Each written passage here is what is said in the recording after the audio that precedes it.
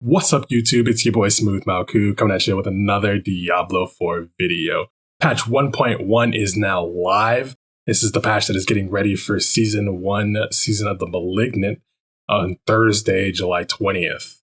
It comes with a few balance patch updates as well as the introduction of some new uniques and aspects that are going to change the gameplay overall for pretty much every class.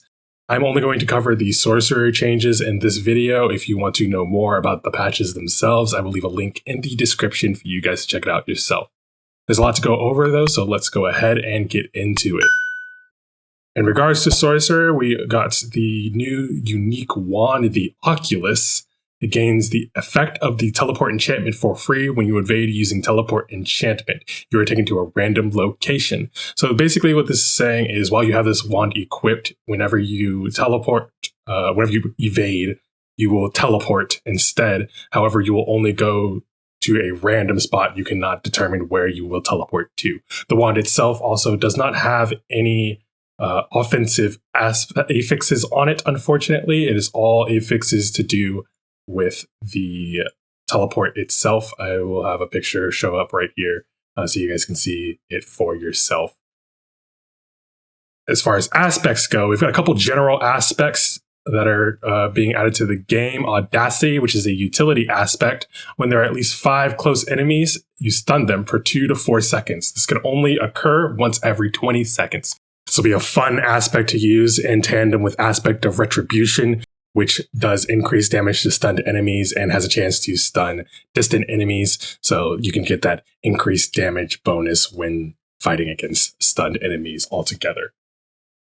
The next one is the aspect of Craven. It's a mobility aspect, Craven aspect. You gain 20 to 40% increased movement speed when moving away from slowed or chilled enemies.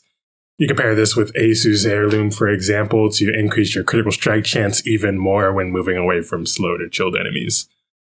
On to the Sorc-specific aspect being added in, Searing Wards, an offensive aspect. After spending 200 to 100 mana, your next firewall is free to cast and will destroy incoming small missiles. So that 200 to 100 is the range for this aspect, so the highest range is 100 mana at the lowest. And you will get a free cast, which will destroy incoming small missiles. And that is, for example, the arrows from the skeleton archers. Those can be blocked via this aspect. That's all in regards to the added stuff for Sorcerer. Onto the gameplay changes now. The first one here, they fixed an issue where the Firebolt enchantment did not contribute to the combustion key passive. So now the burn damage that you do aside of Firebolt will contribute to the number of unique sources. So you can get that extra multiplier in that passive. They also fixed an issue where the passive stacks generated by Align the Elements could be reset in unexpected ways. This meant that you could lose whatever you had stacked up into and would not be reducing any damage from elites the next time you encountered one. They've also fixed an issue where casting Deep Freeze would prevent the Ice Shard enchantment effect from triggering. That's nice because a lot of more people are going to be able to use different enchantments with the Firebolt change, which we'll get into later on. They also fixed an issue where the aspect of control was applying its damage bonus 3 times for staggered bosses. So this is technically a nerf to the overall damage of Sorcerer. However, it is a quality of life fix to make sure that the game is working as intended. So while we are going to be doing less damage to bosses overall, this is the fix that needed to happen so that we were in line and the game was playing correctly. They fixed an issue where the gravitational aspect was appearing weaker on two-handed weapons or amulets. If you guys had seen one of these drop per chance and had the chance to equip it, you'd notice the 50% or 100% increase, depending on if it was on an amulet or a weapon, was causing the bonus to increase instead of decrease as it was supposed to. So that is nice to have fixed. They've also fixed an issue where the enchantment effect for Chain Lightning had no visual tracking bonus and could unexpectedly drop off. So now if you do decide to use that Chain Lightning enchantment, you will be able to see those indicators. And lastly, they fixed an issue where the Incinerate would immediately cost 30 mana when cast, in addition to the consistent channeling cost. So now when you cast Incinerate, it will only cost the amount of mana it takes to channel and not have that initial cost. That is all for the gameplay fixes in regards to Sorcerer. We will now move on to the new Sorcerer changes that came with the balance update. First and on to the skills. Enhanced Charge Bolt's damage increased from 24 to 30% and now benefits from skill ranks. So you will now see an increased damage overall depending on how many points you have in Charged Bolts. Destructive Charge Bolt's damage reduction has been increased from 20% to 25%. Destructive Incinerate's damage reduction has also increased from 20% to 25%. Ice Blade's cast clean up has been tightened, allowing players to act after it's cast sooner. So you can cast it and then immediately move a route again. And Firebolt's initial damage has increased from 10% to 18%. Wizard's Firewall has had its maximum increased mana regeneration increased from 25% to 35%. And Wizard's Blizzard has had its core skill mana cost reduction increased from 10% to 20%. Supreme Deep Freeze's cooldown reduction has been increased from 50% to 100%. And that is all the changes in regards to skills. Moving on to passives, Elemental Dominance has had its effect changed to affect not just core skills, but also mastery skills now, which is a nice change because aside from Ice Shards, most Sorcerer builds do not use a core skill at all. They mostly use mastery skills. So now those Meteor, Firewall, and Ball Lightning builds are going to be able to benefit from a little bit extra damage in their tree if they so choose. Potent Warding's duration has been increased from 3 to 9 seconds, and the Protection Barrier duration has also been increased from 2 to 3 seconds. The Align the Elements damage reduction per second has been increased from 1, 2, 3 to 3, 6, 9 respectively. The Mana Shield damage reduction has also been increased from 5, 10, 15% to 7, 14, 21%, which will allow for a bit more tankiness if you decide to put points into that passive.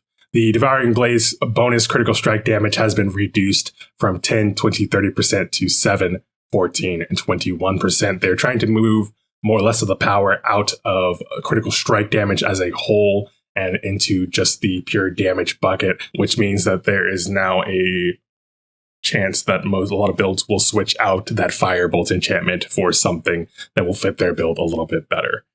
Devouring Blaze's critical strike damage to immobilize has also been reduced from 25, 50, and 75% to 10, 20, and 30%. Fiery Surge's mana regeneration has been increased from 10, 20, 30% to 15, 30, and 45% at the largest tier.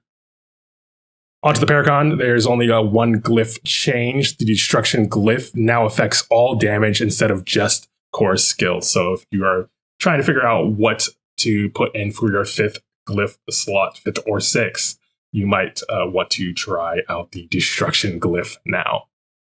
Onto enchantments, the Spark enchantment chance to form a crackling energy has been increased from 10% to 14%.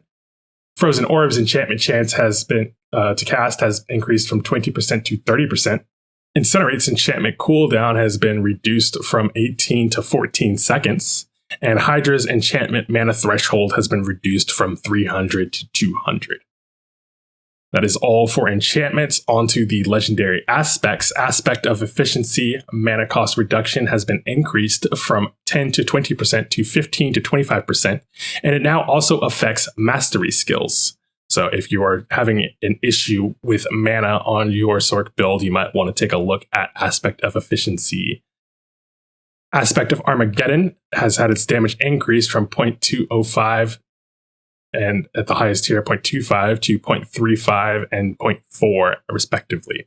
Aspect of Shattered Stars has also had its damage increased from 0.15 to 0.2 to 0.2 to 0.25. The Serpentine aspect has had its Hydra duration reduction reduced, try saying that 10 times fast, from 30% to 20% to 20 to 10%, which means that if you are looking for that extra damage and don't mind giving up a defensive slot, because you know everybody that Sorcerer is running for, you can now take that Serpentine aspect and have your Hydras last for a little bit longer, which is nice to have. I don't know, I'll be checking it out in Season 1 for sure. Glacial Aspect Ice Spike's bonus damage to Frozen reduced from 25% to 15%, And Glacial Ice Spike's base damage has been increased from 0.2 to 0.3 to 0.25 to 0.35. Aspect of the Frozen Tundra's Ice Spike damage has been increased from 0.25 to 0.35 to 0.3 to 0.4. Aspect of the Frozen Wake Ice Spike's damage increased from 0.2 to 0.3 to 0.25 to 0.35. And Chill has been increased from 10% to 15%. Aspect of Biting Cold, chance to apply vulnerable to frozen enemies, has been increased from 25 to 35% to 30 to 40%. Encased Aspect, Life and Mana Restored per second, increased from 10 to 20% to 20 to 30%.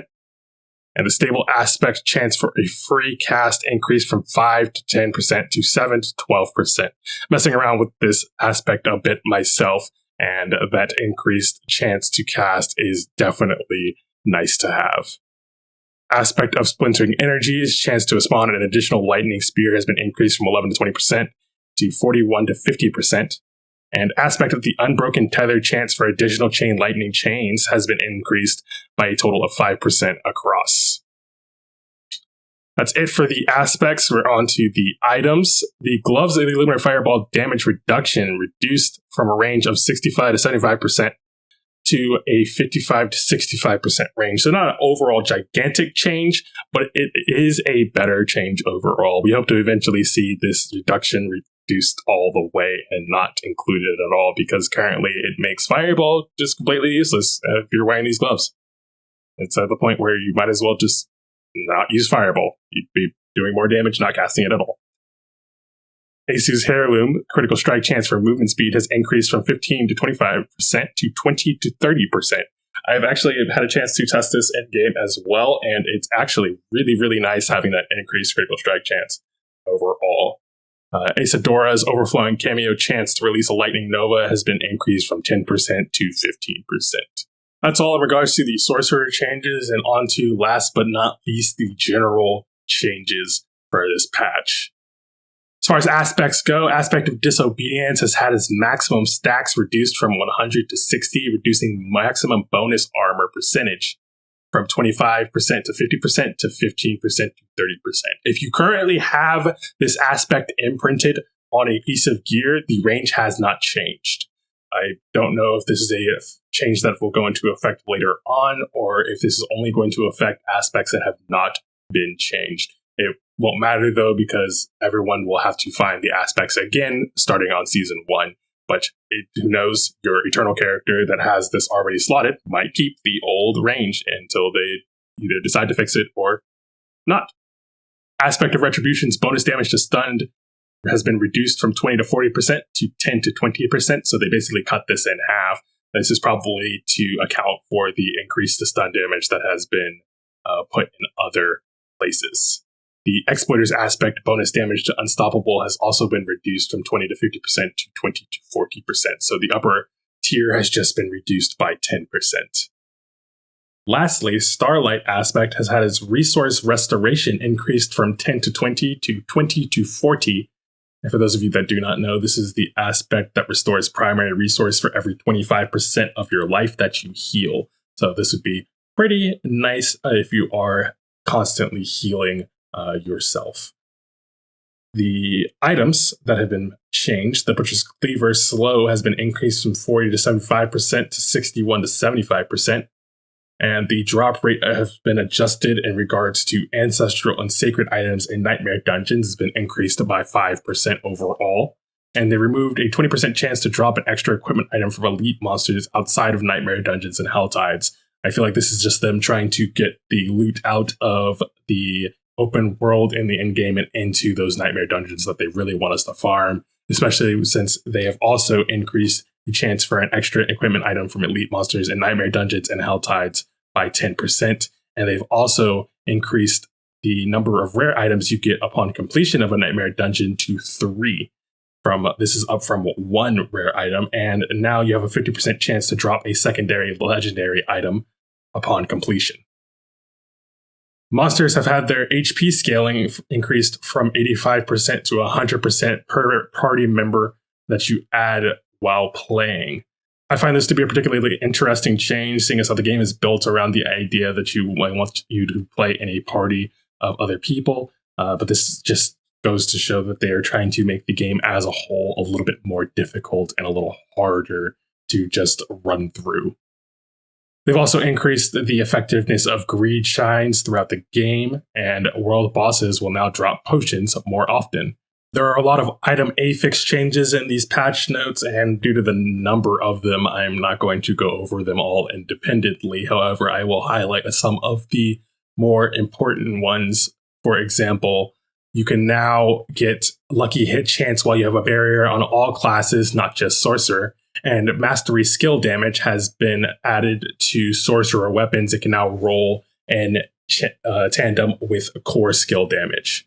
Resistances have also been added to shields, resistance to all elements in particular. So necromancers can also roll that on their shields, though it's not like it'll make a difference, seeing as how resistances are fundamentally broken right now.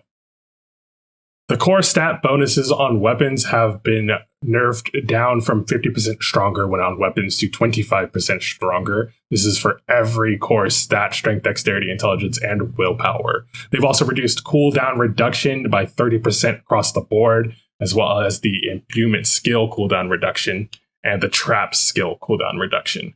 Critical strike damage and its adjacents, such as lightning critical strike damage or bone, earth, and whatever, has been reduced by 17% across the board, and vulnerable damage has been reduced by 40% across the board.